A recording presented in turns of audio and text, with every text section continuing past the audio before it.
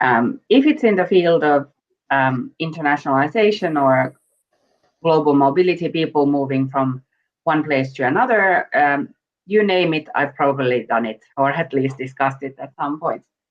I have a day job at the University of Helsinki, managing a project called Hey Life, where we support international academics and staff and their families. And here I'm to talk to you about international recruitment and promote a guide that ELY-keskus is going to put out next year. I do have my own company called International Fox Agency, together with a business partner, where we support companies with internationalization. And we especially want to help SMEs in crossing that obstacle or hurdle from just hiring locals to hiring internationals as well. I will be telling you about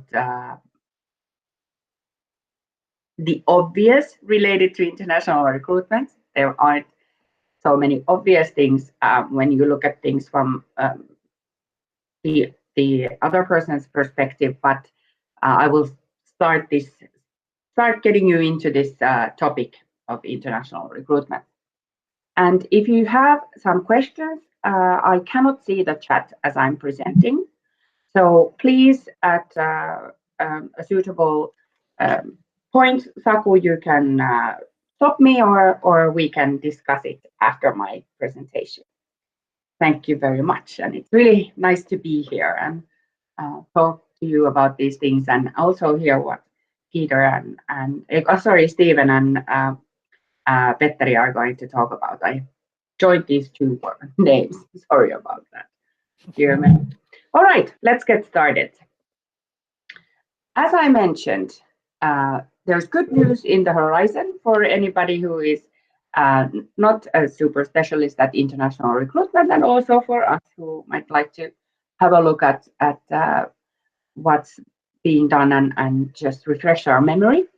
The Center for Economic Development, Transport and the Environment, shortly ELY Center, is going to publish a guide to international recruitment next year. I know this because I'm heavily involved in creating the guide. And this guide will include information on the international labor market, the whole recruitment process, how to hire foreign employees, the alternative methods to hiring, and what to take into consideration when a person is starting a job in Finland, and then also a discussion on working abroad, which, especially in these days of remote work, is becoming an even hotter topic. And this guide is going to be written from the perspective of a company that does not have lots of experience in international recruitment. So I'm, of course, hoping that there are some of you in the audience that are thinking about hiring international talent and want to learn more. This guide is definitely for you. Now, let's consider international recruitment. And here, the term international means somebody who is not a citizen of your country. Because these people, there's different obligations related to hiring them, and there's also the different perspective because they do not have the same kind of background, they do not have the same kind of experience with the local labor market, for instance. They haven't grown up here and started looking for summer jobs in their teams and done their debt service here when they've been in school, or so on. They might have, for instance, the international degree students that come to the universities here. They come here when they're already adults, and it might take them a while to find employment, which we're hoping to change with all the ICO projects, but still, it might take them a while to find employment and thus get used to our labor market. So this is the main premise that's good to keep in mind, that there they don't know what we know. Now, when you think about international recruitment or recruiting somebody who is not a citizen or a national of your country, and also in recruitment in general, do you consider what kind of talent you are looking for, and specifically the skill set rather than the background? Of course, in some situations, it's up to you, of course, as the organization. You can decide what kind of a person you're looking for, but from an innovation and diversity perspective, it's good to keep an open mind. It's also good to consider where you look for your talent. If you only look in the same circles as normally, you might not find a very diverse talent pool. If you only look within Finland, again, you will limit yourself. If you open your recruitment to recruitment from abroad and talent from abroad, you will get a whole lot of more candidates. Finland is gaining attraction all the time. It is becoming more interesting to people from abroad, also from these bigger countries that have usually been highly attractive. We have a lot of good things going for us, not the least of which are our nature, safety, good healthcare. And when we think about this corona crisis, definitely the way the Finnish government is handling things and how free we are still to move and live our daily lives, that's definitely also a big attraction factor. Now, you should also think about what you are offering. Again, people who come from different backgrounds, different labor markets, and different professional backgrounds are used to different things. What the Finnish company usually offers might not match what they are used to, especially if you're looking for a high skilled talent. Then it might be a good idea to have a look at their CV and where they've been working and check what the current scene and the current situation is in that market. Of course, it means a bit more research for you, but again, if you want to hire the best people, you have to work at it as well. And you can also think what would make you apply, what would make you happy, and what would interest you. People are still people, and even though the interesting tasks and of course the salary are highly attractive and motivating, then also the person is looking for something to connect to and stories behind. And then lastly, consider what you know that they don't know. What does somebody coming from the outside, not just outside your organization, but probably outside of our labor market, miss? What sort of information do they miss? I've added here already a few links to public services. The TE services has, for instance, this recruit from abroad service and employ with confidence service. The employ with confidence is a really good service for those starting out in their recruitment careers, because they tell you about all the things that you have to take into consideration when you are hiring somebody, regardless of nationality. And Messi Live is a new service, abundant with webinars and info sessions. And you can also inform of your open positions there. If you just contact Messi Live, they can do a little showpiece of your company. Now, I've been talking about things that are obvious or obvious. And I've noted down some things here that when you start the recruitment process, it would be good for you to consider. Firstly, the job advertisement. When you open it to an international audience, and probably, hopefully, also send it somewhere to a marketing channel outside our country, for instance, already if you market something in Facebook, I think you can select the country where you put it out to, but still it might spread. Like if I share it with my friends, it's already going around the globe. And for instance, these organizations in Finland, like IWOF, it has International Working Women of Finland, it does have participants from all over the world. So consider the language and the style to begin with. This shows a clear message. If you choose a language that is not widely understood, i.e. English, you're already telling people not to bother unless they know some specific language like Finnish. But I'm guessing you wouldn't stumble on that since you are in this webinar. Also consider the style. If you are very cryptic in your advertisement, then that should also be a choice or your conscious decision that you're looking for somebody who can really understand what you're saying, and you already can ascertain their level of knowledge in that.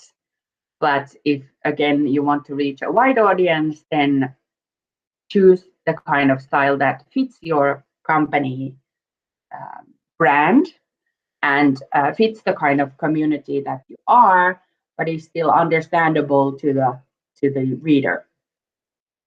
And then there's a lot of details that are obvious to us, but not to everybody else. For instance, the type of contracts we have. Just the fact that is it a written contract or is a verbal contract enough?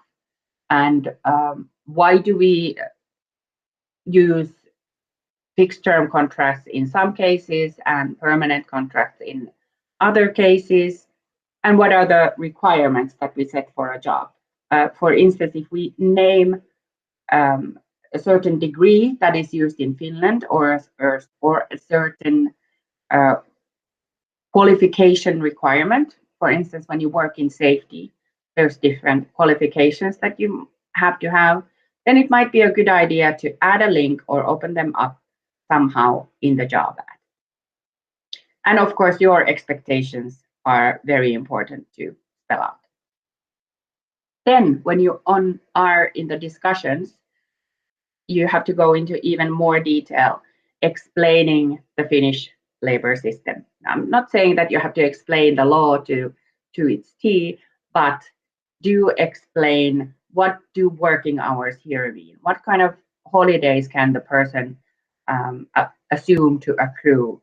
And what are their career prospects in your company? What kind of benefits do you have? And here it's really important to discuss about your expectations and the expectations of the person applying as well. Because again, everybody comes to the meeting with a different kind of set of expectations, and they might not know what it is to work for your company unless they're super familiar and know some other people who work there already. And you don't know what sort of background they have. And cultural issues or personal preferences in communication style, for instance, come into play in this as well. It would be good for you to tell not just about the company culture, but that the everyday working culture. How do you work, especially in these remote times? What kind of support can the person expect? What is your leadership style? You as a supervisor or whoever the supervisor is going to be, will you be contacting them every day, asking them what they've accomplished? How will you induct the person? And what do you expect them to be able to do within the first month or the first 6 months? And these might seem obvious, but having done a lot of cultural trainings for organizations, they aren't. For instance, how to ask questions in a specialist environment isn't obvious. Somebody might feel that if I ask questions, I'm an idiot and they think I'm not performing well in my job. Now, that shouldn't be so. everybody should be given a good chance of succeeding in their job. Because when they come to work for you, they want to do well. And when you hire them, you want them to do well.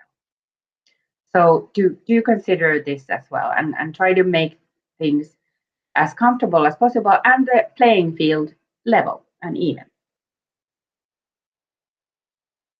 I'm conscious of time, so I won't go into detail on all of these. I just want to leave you with a few questions. Consider what is more important for you, attracting a person or retaining them. And when you want to keep a person and want to make sure they grow within your company and they bring good things to your company, then think about what would make you want to stay and what would make you thrive. What are the good components for growing this person and having a really good relationship with the company and with the employee? Also, I would like you to think what would encourage you to hire more international talent and what you can do already now about that. These thoughts I would hope you would take with you throughout the webinar today and also after. And now, if you feel like you really don't know, you're not going anywhere, or sorry, that was the wrong thing to say. You don't know where to start or where to go, even if you don't have any idea. That's all right. You're here, so this is the first step, and we are really happy to have you here, and all of us will be happy to help you forward as well. Now, here's a few things that you can do to start. Firstly, you can have a look at the Talent Boost Index. How ready is your organization for internationalization? It's done by the Helsinki Chamber of Commerce and Business Finland, and it's like a thermometer. You answer a bunch of questions, and it's a sort of a self-evaluation, and at the end, the index tells you where you are, what your status is with regards to international activities or international hiring. And then it also gives you a nice list of free services or public services to use. If you don't have a lot of experience, please have a look at our video that's been made earlier this year. Saku did a really good job with this film. There's a lot of good speakers in it, and we share from our experience in relation to international recruitment. You might also think that, oh, I have no resources, so I really can't do anything about this. But you can turn to public services like TE services. You can have a look at our free relocation consultant online, Pocket Relo, and that helps specifically with some of the practical questions that people have when they come to live to Finland. And if you don't know who to contact, add us on LinkedIn. We have large networks. You can find me, Saku, Steven, and Petteri there. And of course, if you don't have any questions, then let's just get started. Post your job on Jobs in Finland and watch your talent pool get bigger and bigger, and look forward to the innovative success of your organization. Thank you very much for your time. I'm here for the remainder of the webinar so that we can have a chat later as well. My name was Kirsi Korhonen, and it's been a real pleasure to share these things with you and start the morning with you. Thank you.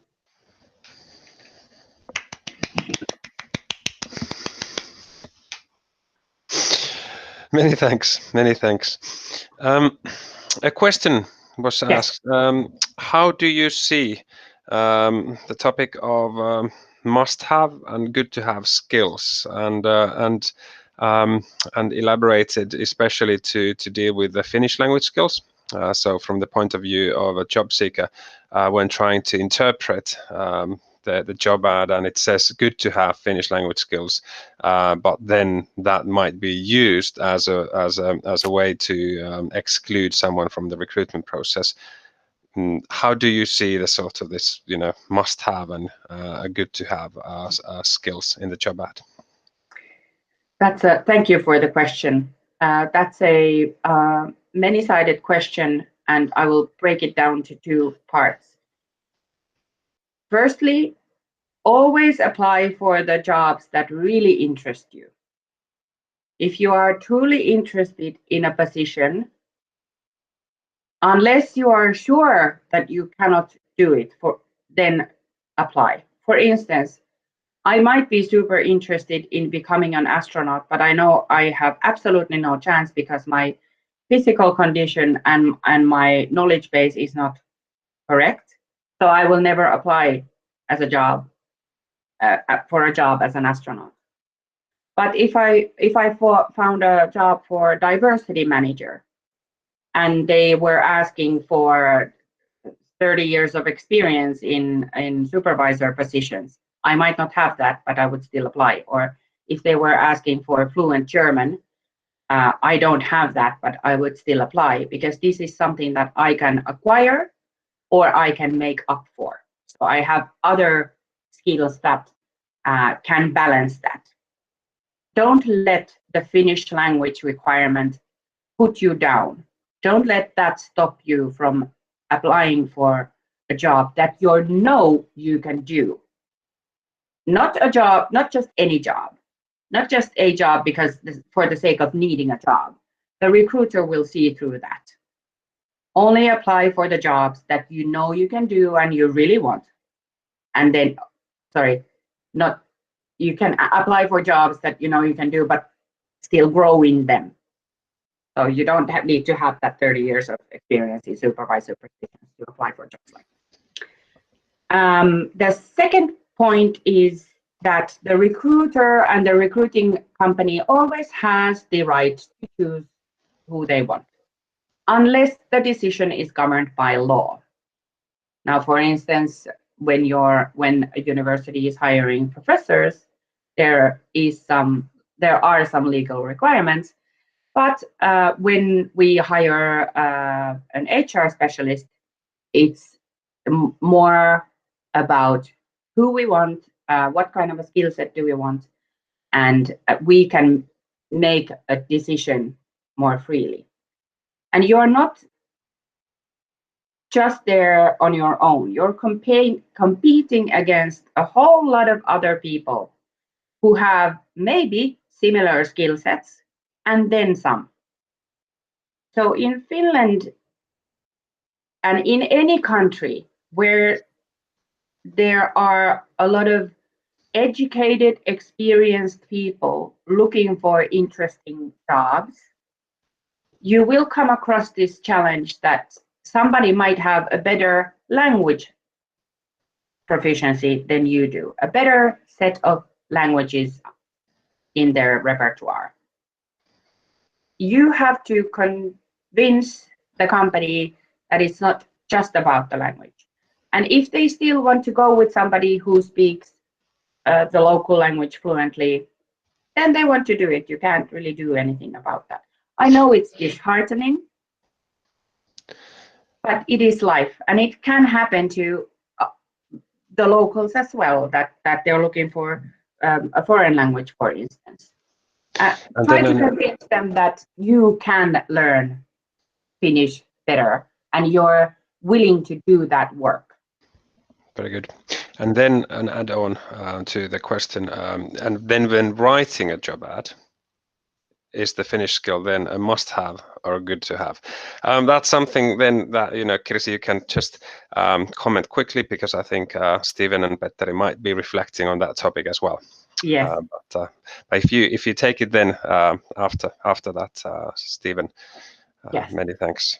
Thank you. I would encourage all companies to be very critical about that. Is it really a must-have? Really?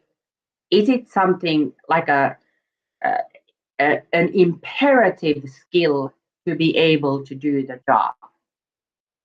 Or is it something that the rest of the team can support, for instance? Is it really a must-have?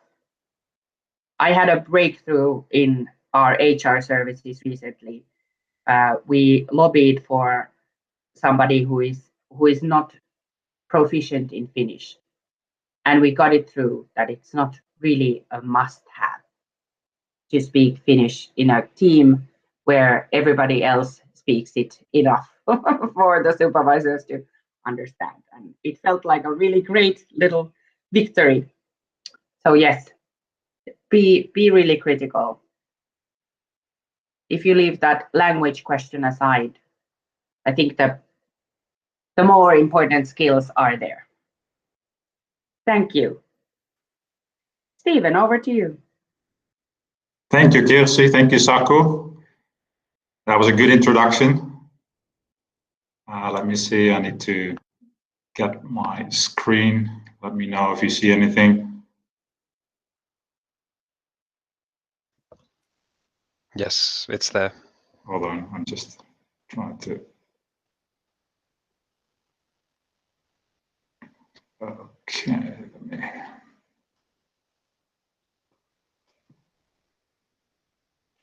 This is not the way I want it.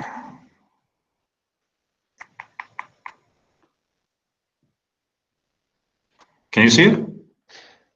Yes, can see the slide. But it's scrolling down, correct? It's not flipping from one slide to another slide. Yes, it's scrolling nicely. It's like looks like PDF or something. Anyway, I'll do it this way. I think that will work for me. Let me see where I am. I will do it this way. Okay, hey, good morning, everyone. My name is Stephen Horst. I am the Director of Recruitment and Staffing at Point Potential. Before I jump into my presentation, I thought I'd give you a little bit of background who I am so you better understand where I'm coming from. I'm from Holland, the Netherlands. I am an entrepreneur for the last 20 years before I moved to Finland. And in 2013, we had an opportunity to move with my family to Finland because my wife could make a nice jump in her career. And we decided to go to Finland with the whole family, the 2 kids and us. And finally, when we moved to Finland, honestly speaking, I really thought that it would be a country that would need people like me who had an international background in marketing, strategy, communications, business development. And what you very quickly learn as a non-Finn living in Finland is that reality is different.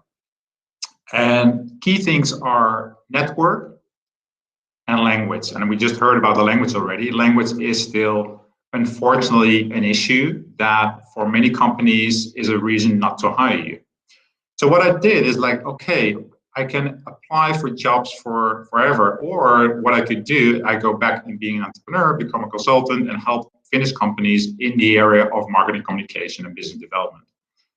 And that's what I did. So I actually turned around my strength in looking for opportunities that would fit my profile, my experience, but also things that I really wanted to do. And I was grateful that mid-cap and large Finnish companies decided to work with me on various projects, very interesting projects. But on the other hand, I was still struck by the idea that, and maybe even frustrated by the idea that it wasn't that easy to get a permanent job at a Finnish firm. And early this year, I heard about a wonderful startup called Point Potential. And Point Potential is a new recruitment company that is looking into building bridges for foreign talents when they're moving to Finland. And that is exactly what intrigued me. So I got in touch with Johanna Korpia, who was the co-founder and CEO. And I said, hey, look, I have all these experiences and I know how tough it is as being a foreigner living in Finland for whatever reason. You can be a freshly graduate, you can be a professional, you can be a newcomer, you can be a refugee, but you are sitting in a country where you want to build a future. And it's very tough to know the way and how to present yourself and how to find companies that might fit your profile better. But honestly speaking, not all Finnish companies will fit your profile or your interest. So that means that you need to be very smart in understanding really what are your strengths, what is it what you want to do, what is your expertise, and how do you build that then into a convincing story when meeting with potential companies. And that is exactly what we do at Point of Potential. So the company was founded in March this year, a week before the COVID started. And obviously that was not a good time, but on the other hand, it also gave us a good time to reflect on what is the current situation? Where does Finland stand? Okay, COVID has an implication on the way companies organize themselves, but of course there's more going on. I will tap into that a bit later. We are part of a larger recruitment group in Finland, which is the Orje Brenson Nordic Interim and Pointer Search, which is actually the largest recruitment company group of company in Finland. And we have a sister company in Sweden as well. It's Novara Potential. That is part of the Novara group. And in Sweden, they actually started in 2016, and they already managed to recruit 400 internationals to Swedish companies. So that's a good start. And we are learning a lot also from the way they are doing their business. So our candidates are the pool, I can describe the pool of international talents, whether it's graduates, professionals, newcomers, or refugees. And what we do with the client side is looking for forward-leaning Finnish companies. And what I mean by that is these are companies that are truly interested in diversity and inclusion. And I come back to that later as well. And the service that we do is around mentoring and recruitment and staffing, mentoring and retaining. So where do we come from? If you look at the diversity and inclusion, because on my first slide you could see, are these buzzwords or is this biz strategy? And I think that is an interesting discussion when we sit with our potential clients, is that diversity and inclusion seems somehow a kind of a buzzword. It's cool, it's trendy, it's all over in the media, but there's more behind it. And I'll go a little back in history. If you look at diversity, the first time it was mentioned in the Harvard Business Review article in 1996. That's almost 25 years ago. And that was an article that was pledging and mentioning that if companies would have more diverse teams, they would become more productive, innovative, and profitable. And funnily enough, I mean, by diversity at that time, it wasn't specified specifically in gender or culture or race or sexual orientation. It was just diversity. And what happened is companies started to do diversity. They started to recruit women and people with different backgrounds. And most of them have figured out that it didn't work. And the reason, of course, is it's diversity at that time was just a core focus without the inclusion. Now, then the inclusion came in the early century, this century. And then people started to realize, okay, if there's not an environment of belonging, diversity doesn't make any sense. So then we got into this trend of diversity and inclusion, whereby we learned that diversity is not just ticking the boxes, it's not an ad hoc approach, it's not a one-size-fits-all kind of approach. So diversity is way more about celebrating differences. It's about representing society, that in your company, you do have a reflection of what actually is your society you're working in. And that means that if you have a very multicultural society, most likely you will be more successful as a company if you can also communicate and serve the society around you the way they would like to be served. And the inclusion part, when that came later on, it was most of the time also not a success because people in companies thought, hey, this is all about a goodwill. This is all about, being a socially responsible company. So let's do this without actually knowing how to create an environment of belonging. Now, in the last few years, we see the later trends of diversity, equity, inclusion, whereby we really look into creating a learning organization whereby you constantly adapt to the situation, where you actually look all the time at how can we improve our equality, our mutual respect, and really build processes around that so that you do this in a way that really helps your company forward. Okay, that's enough about the introduction. Let's move on to more companies want to be diverse globally. And this is a study by Harvey Nash, and they do this study every year among HR directors globally. And I really like the outcome of these reports because they show you where do we stand globally. And obviously the number one is gender diversity. That is the diversity that most companies have embraced. But I was very happy to see that last year already, the culture diversity is in a second place. It overtook the age diversity. And I think that is a really, really critical point because we are living in a world that is globalizing every day. Everything is getting online, so there is no more local behavior. You need to act within this global environment. And then all the studies that have proven in many different publications that cultural diversity, and I'm talking about cultural diversity, has had a positive impact on innovation and creativity and productivity and etc. But even more importantly, that studies lately also show that the companies that have a cultural diverse workforce, they have happier employees. They will attract better employees as well, because the younger generations here are looking at a company not just like a brand or like, hey, what will be my career path, but they want to have a company that fits their well-being and the social responsibility that they feel embraced by. I will not be different. I will not be one of those people that will not be included in that group at that company. And that's important because young people, those are the ones you want to attract. Those you want really have an impact on, so that they will be lining up to recruit for jobs at your company. If you go from a global perspective back to Finland, because it's always nice to say, yeah, but this is global, but Finland is a unique country and we are a small country with a unique history. That's totally true. So let's have a look at Finland. Interestingly enough, Finland is on the verge of a massive transition from a demographical point of view. So if you look at 2020, where we are today, and we look at the inhabitants, that's a 5.5 million roughly. Interestingly enough, if you look for the next 30 years to 2050, that there will be a slight decrease in the population.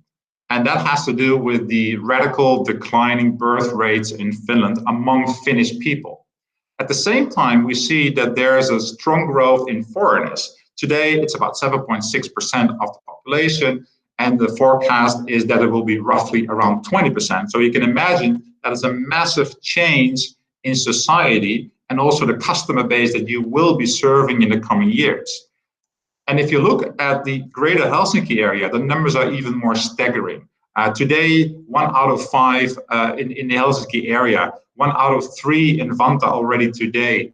But if you look in 30 years from now, it will be 1 out of 3 in the greater Helsinki area. So that means that 1 out of 3 you will reach out to, you need to serve, or you need to sell your products to in Helsinki area, will be a foreigner.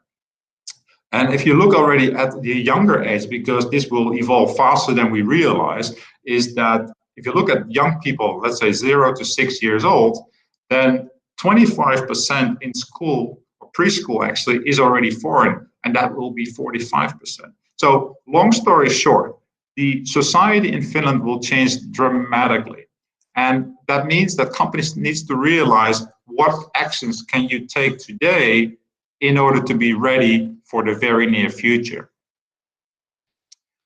So in a nutshell, so the need for the cultural diversity in Finland is, let's say, first of all, the globalization. We can't get around it. Globalization is all around us.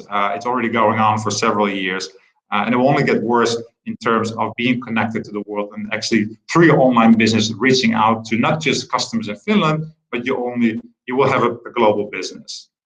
Second thing is the aging population / declining birth rates. I mean, that is a massive impact on the society in Finland. So the changes in society are already happening. And the question is, when will a company, start to realize that they need to take action today?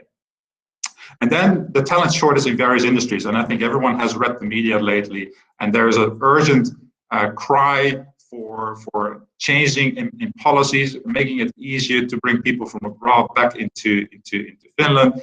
But the point is also, and that's where point of potential comes in, is that often we forget that there are a lot of good foreign talents already living in Finland, because that is our focus. We focus on people that have already moved to Finland. They have the permits to work here. They even have studied here often, but they can't find a job that matches their potential.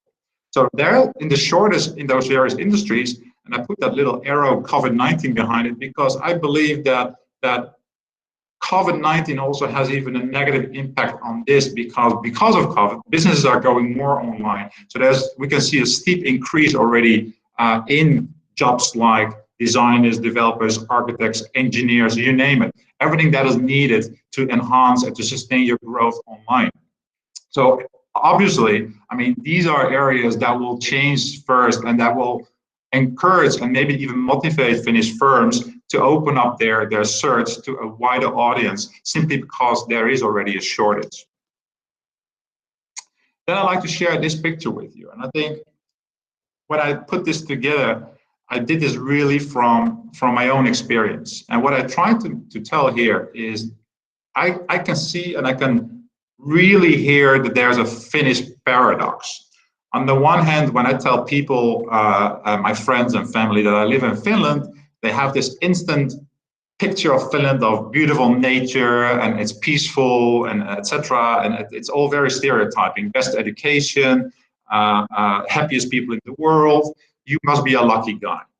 On the other hand, I made a picture that I think most foreign people living in Finland can relate to, because somehow you live in a bubble, meaning that yes, you are part of society, you can enjoy the nature, but since you don't fully understand maybe their history, the culture, the language, there is a kind of a barrier between where you stand today and where you might be, and also not the inclusive part. Sometimes you're not fully included in what happens in Finland, whether you cannot really follow the news here or that you not always understand what's going on in Finland. So this is the paradox that yes, Finland is this amazing country, but while you live here, you will encounter barriers and challenges that you need to overcome, like in any other country, except that Finland has, maybe because of the history, culture, and language, a slightly different angle that makes it even more challenging for foreigners to really work up to their potential. So how do you start then your diversity recruitment? Because that is a question that we hear quite often here at Point to Potential. And the thing is that, and that's what, if you look at the first slide, is this a buzzword or is this a biz strategy? Obviously, it's a biz strategy. It's not a buzzword. It's a thing. It's a real thing. We're dealing with it every day. And we need to make sure that companies understand the strength while they have the opportunity now at the early stage to really embrace diversity, cultural diversity recruitment. And I know there are companies that are really advancing in a very, very nice way, but the majority still is at the phase of studying, talking, having many, many internal meetings. And that is the point that we say, okay, it has to become part of the top management agenda. Because if top management is not endorsing it, it will be very hard to really roll out processes and activities or even maybe change your corporate identity and image so that it will become, for both internally and externally, that your company is really now open for recruiting, promoting, and retaining international talent.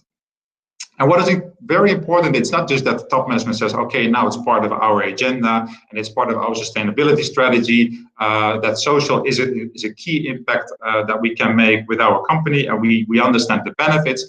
That also means that there will be a need for training and education among employees. Otherwise, it's going to be tough because, as I said, for many people, it's still a buzzword. It's still a kind of an abstract word. Okay, diversity, inclusion, it sounds nice. We understand the benefits, but how do you really take action so that you will have a benefit, positive impact? And another good and important thing is that the moment that top management has decided, okay, let's move ahead, then crucial is to have really clear targets and be able to track them and publish your progress in a very open and transparent way. Because that is the crucial part, that people need to see what changes you are actually doing. Because by just talking, there will not be really a sustainable impact. So very concrete actions that any company can start doing tomorrow, or even today for that matter, is of course, for instance, and I think Kirsi already mentioned that, you audit your job ads. And I did as a little exercise this morning just to convince myself, am I really, saying the right things here, as I checked a website of a mid-sized company in Finland, and they had 6 vacancies. And it struck me again, and this is not an exception, is that out of the 6, 5 had about the same requirements and the same text and the same description for that function. And the functions were totally different, which tells me that we still do too many slash copies when it comes to job ads. And having a job ad that is really appealing to a wider audience, and a wider audience in this case, I'm talking about Finns and non-Finns, you need to audit that job ad. And I give you a very, very easy and simple tip on this one. Why don't you ask foreigners to review your job ad before you post it? Ask your target audience, the ones you want to reach out to, hey, have a look at my job ad. Is this looking okay? Are there words you don't understand? Is there anything that you would like to be rewritten? That, I think, is the easiest way to do that. So don't spend too much time internally, because most of the time the solution might be even externally. Then another option you could have, for instance, is the pre-employment assessments. I know that there are companies already quite active in doing this anonymous assessments in a gamification kind of way. That's a really, really interesting way to take out and filter out all the personal elements, but that you look at what are the skills of a certain person, regardless of who he is. But let's just first review whether this person has the skills that match the job requirements. And then you go into the next steps of your recruitment process. As I already mentioned, I mean, having this embracing English as a company language, it sounds very easy. And I have worked with Finnish companies that also claim to have an English corporate language. But it strikes me always that during lunch, at the coffee machine in the morning, having this little chit chats, it was quite often Finnish. And then you're actually standing there and you can actually argue how does it encourage the inclusive part? And I think if you go for English as your corporate language, you have to really ensure that everyone sticks to that simple rule. English is from now on the only language that is spoken internally. The other ones you can read on the slide. I will not highlight them all.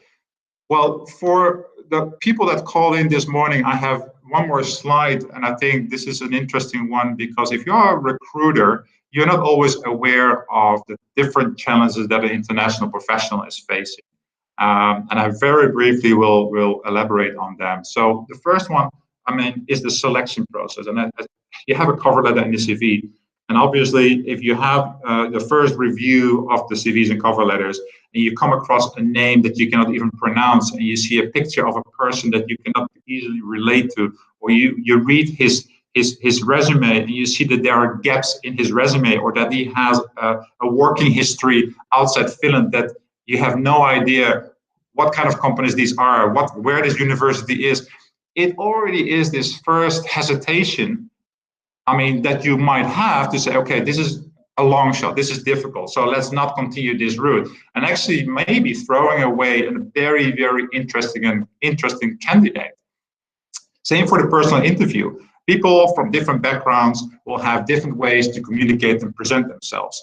And that's something that most likely is not always in line with how people tend to talk or communicate and present themselves in Finland. And again, you go through this situation that is unnatural, and that actually forces yourself to have an open mind and say, hey, this is still, regardless of his name, his background, the way he acts, his presentation, his communication skills, this person is still a very good candidate, because unbiased, he has the right profile and skill sets that we would need. Then the second one is, of course, the recruitment. And what we see happening is that if an international talent or professional makes it to the point that he gets a job offer, what we see is that most of them will get a job offer that is under their potential, and meaning that they will be underemployed from a starting point. Maybe it's one way to become, less risk taking as a company. That you say, okay, let's see how this works out. And secondly is that we see is most of the time they don't get a permanent assignment, they get a temporary assignment. Let's start with a 6 or 12-month assignment and then see how things are going. Coming back to point of potential is what we do, because we know that this is a fact, is that we actually have this business model whereby we help our candidates for the first 12 months with a mentoring program. So we will make sure that when we have an international talent that goes into the workforce of a large company in Finland, that we will make sure that he is as prepared as he can be so that he increases his rate and chances of success. The other thing is that we also see for foreign talents that they need to face is if they get through the interviews and if they get this job offer finally, then we'll see that most of them will not advance in their career as fast as, let's say, the Finns will do. And that's also a worrying fact that we need to face and be realistic about. And then the last one is the retainment, is that, yes, we do have a lot of good expats and international talents here working at universities, working at companies. And what we see is that when the spouses are not happy, and I can say that I'm a spouse myself of a Finnish woman, is that you need to take care of the spouses so that the family will be happy in Finland and they will have at least a good feeling of staying here in Finland, instead of saying after 2-3 years, you know what, my spouse cannot get a good job, she has no network, she doesn't speak Finnish, so we are out of here. And we will lose talents like that quite easily if we do not take care of that issue properly. So coming to the end, having a little summary of the points I wanted to make is that Finnish society indeed is changing and becoming more culturally diverse every day. And that is something you need to be aware of, because these changes will only accelerate. So if you are getting ready today, and we all know, before you have the whole company lined up, has been part of management agenda and becoming part of the strategy, any company is easily 1 to 3 years down the road already before you actually really start doing it. Another point I really want to make is that there is a massive pool of international graduates, professionals living in Finland. So please open up your eyes and try to include them into your recruitment process. And you can use us, for instance, or other companies that have really good access to these communities, so that we can actually shortlist candidates and say, hey, what about these candidates? And we can actually bring them into your recruitment process, just to open up your chances of recruiting people with the best skill set. And then, of course, like I said, it's like we are all human beings and we like to do things that we used to do in the past. And I think here we come to a point to really look into the mirror and challenge ourselves, like, okay, this is how we have done it for the last X number of years. We know that the world around us is changing. So maybe now it might be a good moment to reflect and review of how you do your things. What networks are you using? What channels are you using? What partners are you using when it comes to recruitment, in order to make sure that you are reaching out to a wider audience? Because regardless of your background, your race, your religion, or whoever you are, try to be unbiased and look at those people that are the perfect match in terms of skills and as a human being, that fits with your company. And again, if we all start embracing cultural diversity recruitment, I'm pretty convinced that we all will build eventually then a more sustainable Finland. All right, that's it for me. Thank you. Many thanks, Stephen. Very good pointers. A question from the audience. What are your tips how to encourage or motivate top management to implement diversity and inclusion in their organizations? That is a really good question. And I would lie if I would have the crystal clear solution. But eventually, what we do know is top management and boards of larger and mid-sized companies, they do discuss this, but we also figured out that it sometimes comes to very practical, small things of how to get started. I mean, because as I said, that's why I still have this difficulty on the one hand, they still see this as a kind of a buzzword, and not needing it in a negative way, like, okay, it's a buzzword, but it's a hard way of translating this into concrete actions, in embedding it into your strategies, and really start almost changing your company, the way you operate, changing your image, changing maybe even your corporate values as a starting point.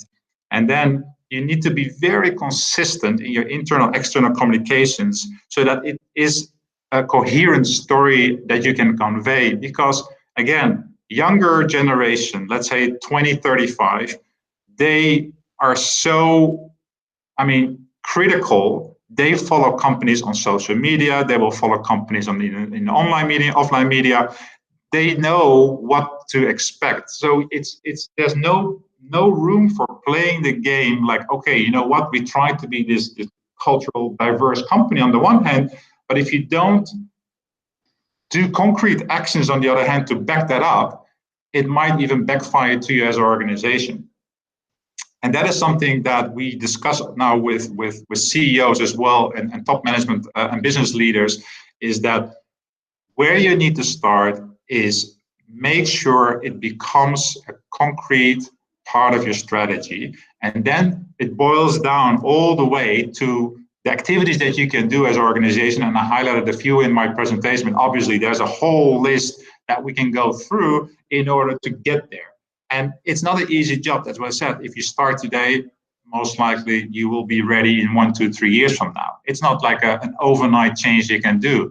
And luckily, there are more companies and more companies in Finland that are a great example to the majority of the organizations that are at a very early stage.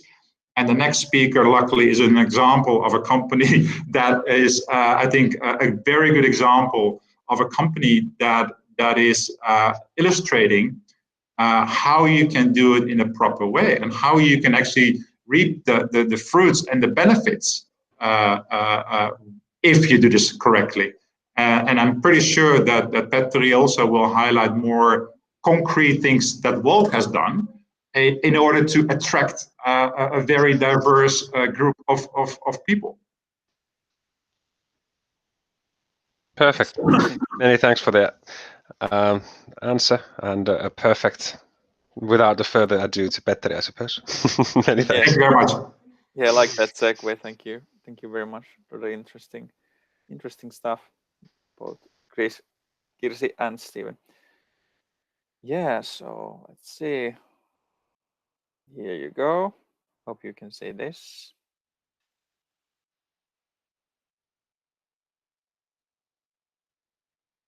Yeah, let's see. So now you see my presentation, right? It's a glorious Wolt slide. I like Excellent, great. And this is also my first time using this particular screen share. Okay, but hey, thank you for coming. My name is Petteri Tuomimaa, and I work at Wolt as a talent acquisition partner.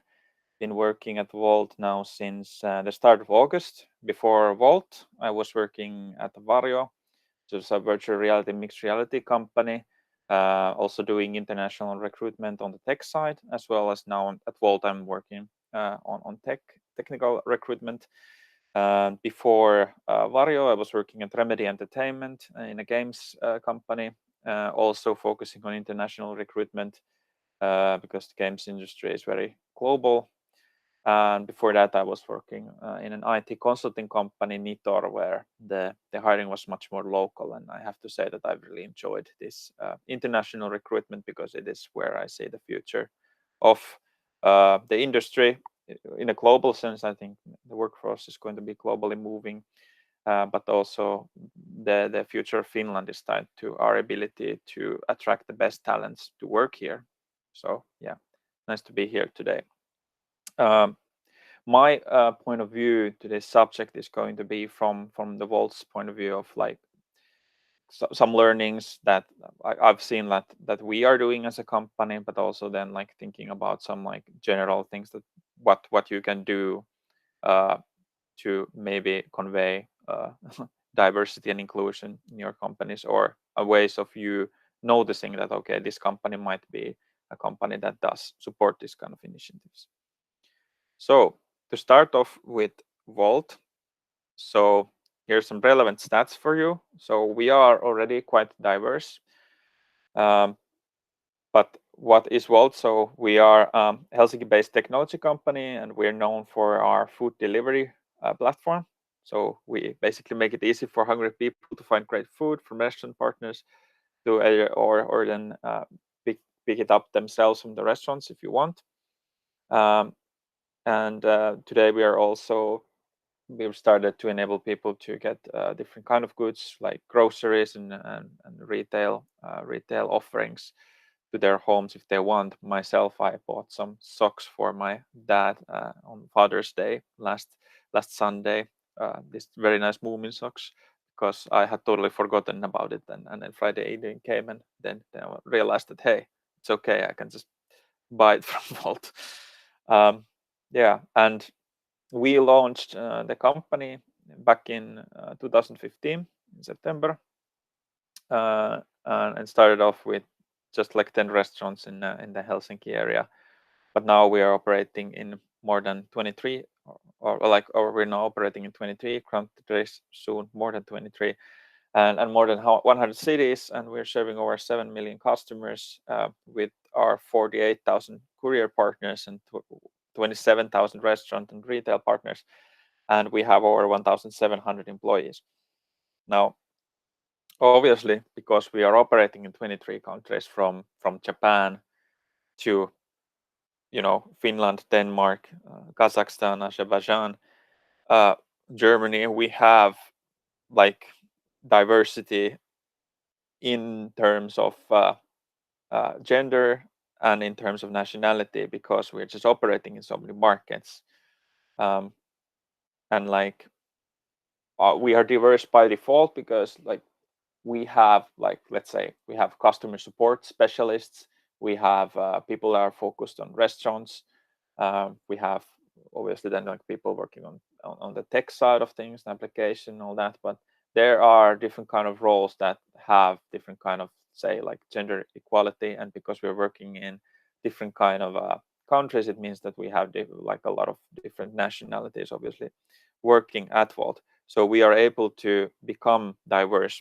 without much effort, but still we want to put in the effort to increase it, because like one of our core values is heart, and that means that we want to do right by people and treat others kindly and justly, make the workplace feel as inclusive and nice to come to work as possible, and that also means that we want to make sure that everyone feels welcome at Wolt, be that like customers of Wolt, or like courier partners, other outside collaborators, or like employees. So we try to showcase diversity consistently at Wolt. This is something you can see in the consumer marketing efforts of Wolt, like just starting from the kind of photos that we've taken. We try to make sure that they do showcase diversity. We are thinking about it when we're doing business to business marketing as well, and sales. We are thinking about it from employer branding perspective as well as the social media presence that Steven just mentioned before. It is something that we do want to bring up all the time, and not just show like the faces of, like, let's say, our founders who do represent the kind of 30-year-old white male that you might be kind of easily can connect to this kind of tech startup companies in general. We also try to make it so that on the application and website you can kind of see the diversity. For instance, in our different kind of mascots and whatnot, like just the kind of imaging that we use on there as well. And our communication in general tries to be as inclusive and like welcoming as possible as well. Because but obviously if you just say that we are diverse, it doesn't really cut it, because there's no reason for an outside party to actually believe that you are diverse if you're just saying that, hey, like totally, like, yeah, diversity is super important and like we're super diverse and like that's great. But if you have nothing to show for it, then there's no reason for anyone to believe in you. So that's why, like, giving out, say, these kind of percentages about like your gender equality and different kind of nationalities are working at your company does make sense. And I believe strongly in this kind of showing and telling mentality. So here I'm just gonna put on this video without sound now, where you can kind of see different kind of people that are working at Wolt. This has been taken from our Wolt 1 event, which was last year, where we invited everyone who was working in all these different country offices at Wolt to join and just like have a fun time, but also get to working workshops where we're working towards brightening our values and all these kind of things. So we wanted to have everyone on board to actually like create the sort of Wolt that they feel is their own. And this, I think, also increases the kind of diversity that you can feel in the kind of communication and everything from Wolt, because we've actually taken so many different people to be a part of this work as well, from different countries, from different kind of roles, from customer support to, you know, engineering. Like, everyone has been involved. It isn't just something that has been done by like a couple of say like HR professionals that are sitting in the boardroom and thinking about, okay, these are the initiatives that we have to work towards. But it's just actually like a lot of different people have had the chance to do it. So again, like, being able to show through videos and photos in a realistic manner how your company is, how it feels, and how it maybe feels to work in does encourage diversity more than just like saying something in words.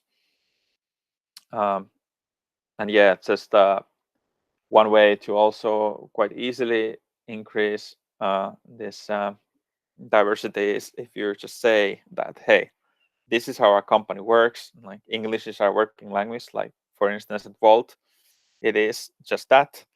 It just makes sense to bring up that, hey, okay, you can come work at Wolt in pretty much any country.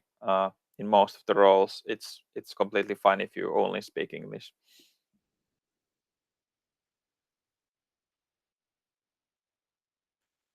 Obviously, I do have to mention that there are like roles like in customer support, for instance, that you do need to be able to speak the native language, because we want to give out customer support in the local language is also part of our brand.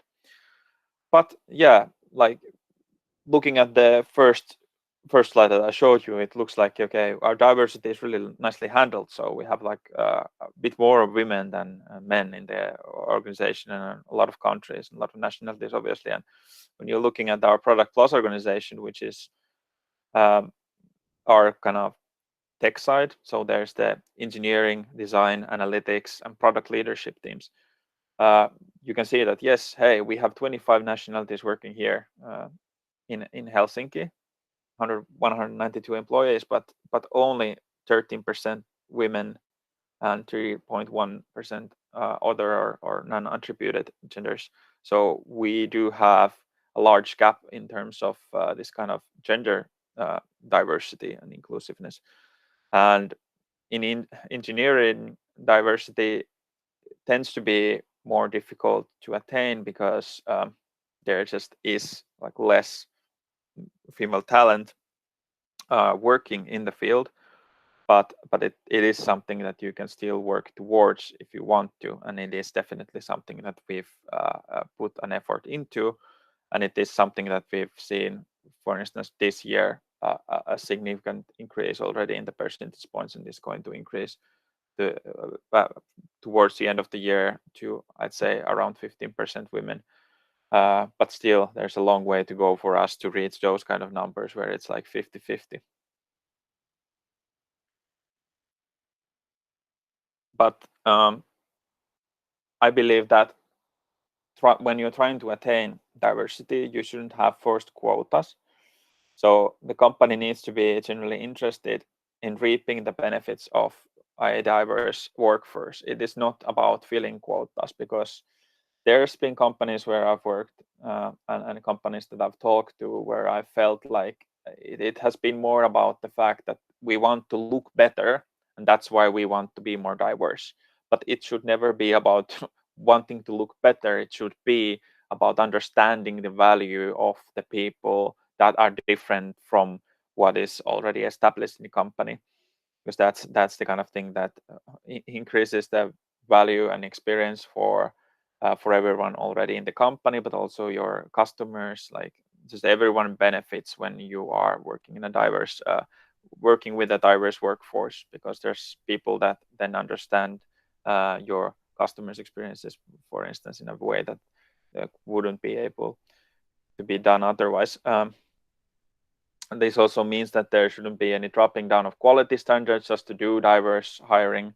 So if you fill in these quotas and by dropping down some quality standards, that deteriorates the trust within and outside the organization and creates a situation where talents from a diverse background might be seen as only kind of diversity adds within the teams as well. And then they feel like, okay, well, these people, they haven't like earned their place truly in the company, and that's something that you never want to end up in. So you need to truly like embody these values and really want this to happen like across the company. And that's one of the reasons why at Wolt, how we act is that before you can join the company, you need to sign a code of conduct. And in the code of conduct, we say, for instance, these three things: that, okay, I promise to do the right thing towards the company, our customers and partners and teammates, and treat customer, mention courier data with utmost respect, and act in an inclusive manner, treat teammates and partners equally, and encourage diversity. Now, this is something that also is enforced during the recruitment process. It is something that we do talk about outside with our kind of different kind of recruitment materials as well. But it's most importantly is that, okay, like just signing a piece of paper with your name that has these things doesn't really mean anything. But when everyone is truly like committed to doing this, and then we have internal trainings that are enforcing these things, we are talking about this subject quite constantly within the company. It means that people really start to imbue this into their DNA. And like one way that we try to, for instance, is like increase the chances for different kind of people to make it through the recruitment process is that each role at Wolt has a take-home task to be done. And we believe that this evens out the playing field for different kind of people. So you might be someone who's a bit more reserved, or you might be looking for a first like job, for instance, in Finland. But if you're able to showcase what you know through this task, it's probably easier for you to like show that, hey, I really know this, than being able to excel in a type of interview where you might be interviewed by like, say, like two Finns who are used to interviewing Finns mostly, just because, you know, in Finland there is still a lack of this kind of international talent. So this is something that puts the focus on what people know instead of how they are. And this also cuts down the importance of knowing people. So like having this kind of networks of like, okay, I know this person from the company, when you can just like apply, have the relevant experience, and then show what you can do in the kind of assignment that helps out, because then it isn't necessary to have someone who's saying like, okay, yeah, this person is really good at doing their work, because then we might have this like one person who's being referred and saying like, okay, well, they did great work like 4 years ago. They do an assignment and it's kind of mediocre, and you have someone who no one knows before and does an assignment that is great. Then we, hire the person that's done the great assignment because they've shown just a better quality in what they do. And this is something I think every company should do. Also, like as I mentioned before, the English is a working language. English is a working language in each of our kind of country offices. So even in Japan, like the people that we hire to Japan, we expect them to be able to communicate in English. And what this means that when we have these different country offices and we have Slack where people can talk to each other, we have some like big general channels, and we have these meetings where everyone from Wolt is invited. It means that we are able to communicate with each other and bring out diverse ideas and diverse points of view in our kind of daily work, which again like increases the diversity of the company as a whole. So definitely, if you have a chance, you have a global company, try to leverage the points of view and knowledge of people that are working on different sites than yourself. It just makes sense from my point of view. And this is a post from Samuel Tervaskanto, who is one of our engineering directors of Wolt. And this post was done on Monday, and I didn't ask for this to happen, but it was such a great timing that I really needed to screen cap this. So like Samuel is just like talking here about the fact that, hey, we have a lot of people from different countries that are working on our software. We have people from different generations. We have people that are in different places in their life, whether they have, just had kids or about to have kids, or they are studying. They've done PhDs. They are university dropouts, or they've just like come out straight from college or something. It is just something that just tells out again like that, hey, we are actually interested in this diversity topic, and this is something that you cannot buy. You cannot buy this kind of communication, and if we'd have the same message with like official Wolt brand sticker somewhere on social media running as a video or something, obviously this is it wouldn't be the same, because this kind of organic way of just reaching out and saying that, hey, this is how things are from my point of view, is much more believable. So when you have a company that is actually imbues this willingness to have the diversity and inclusion, that leads to people also talking about it outside. And this is just a very extreme example where someone has actually done a great LinkedIn post about this. But when you're doing this kind of work, it also means that people talk to each other in smaller circles, in smaller social circles, where this can be let known to others. There's a kind of final point, because like for us, engineering hiring is the thing, and we had this issue with less female candidates, and we'd like to have less females. If we're able to hire, it means that we tend to think about like ways of like how do we get more of these applicants. One way of doing that is by having a collaboration and communication focus on warm and welcoming language. At least this is something that I've personally noticed, and this is something that has also been studied. So here is an example from an article that I picked up, just so you can see what I mean.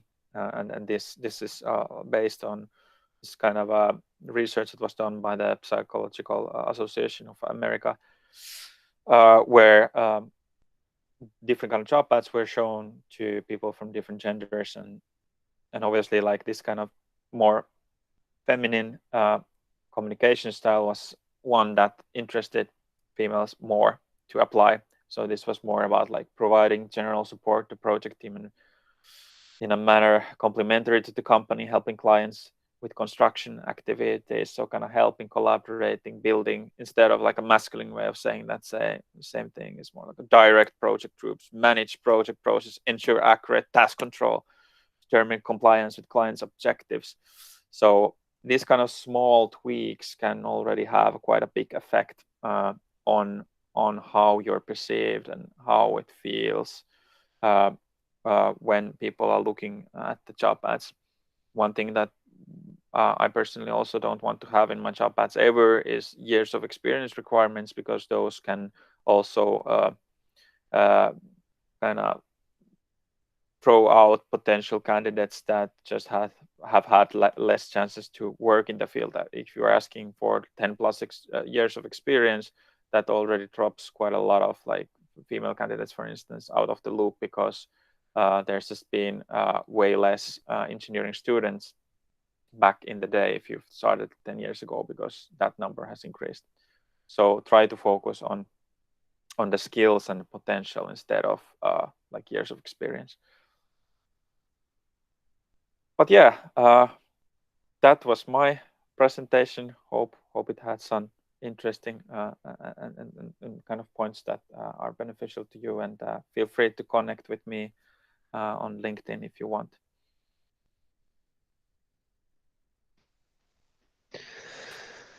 Many thanks for the presentation, Petteri.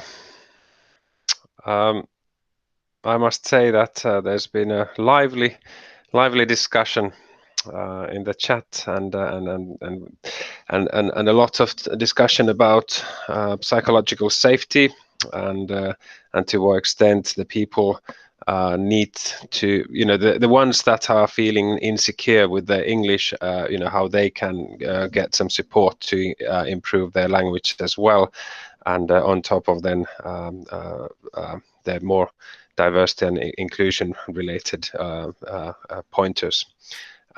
Any thoughts on the language related themes before I open up the discussion to all of the presenters?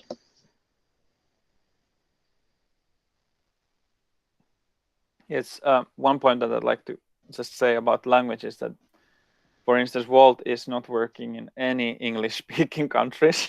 So we have 0 English-speaking countries, and yet we are using English as a working language. And I think that means that at the moment, at least, everyone is as uncomfortable with using the language in a sense.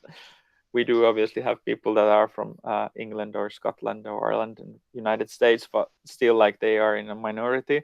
But like I think when everyone's doing it, then it feels easier than if you are obviously, like say, based in just one country and then you are starting to use English, for instance.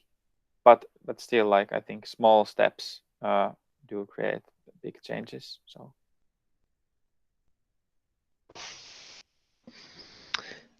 That's a good point. That's a very good point. I'll stop the recording now, and then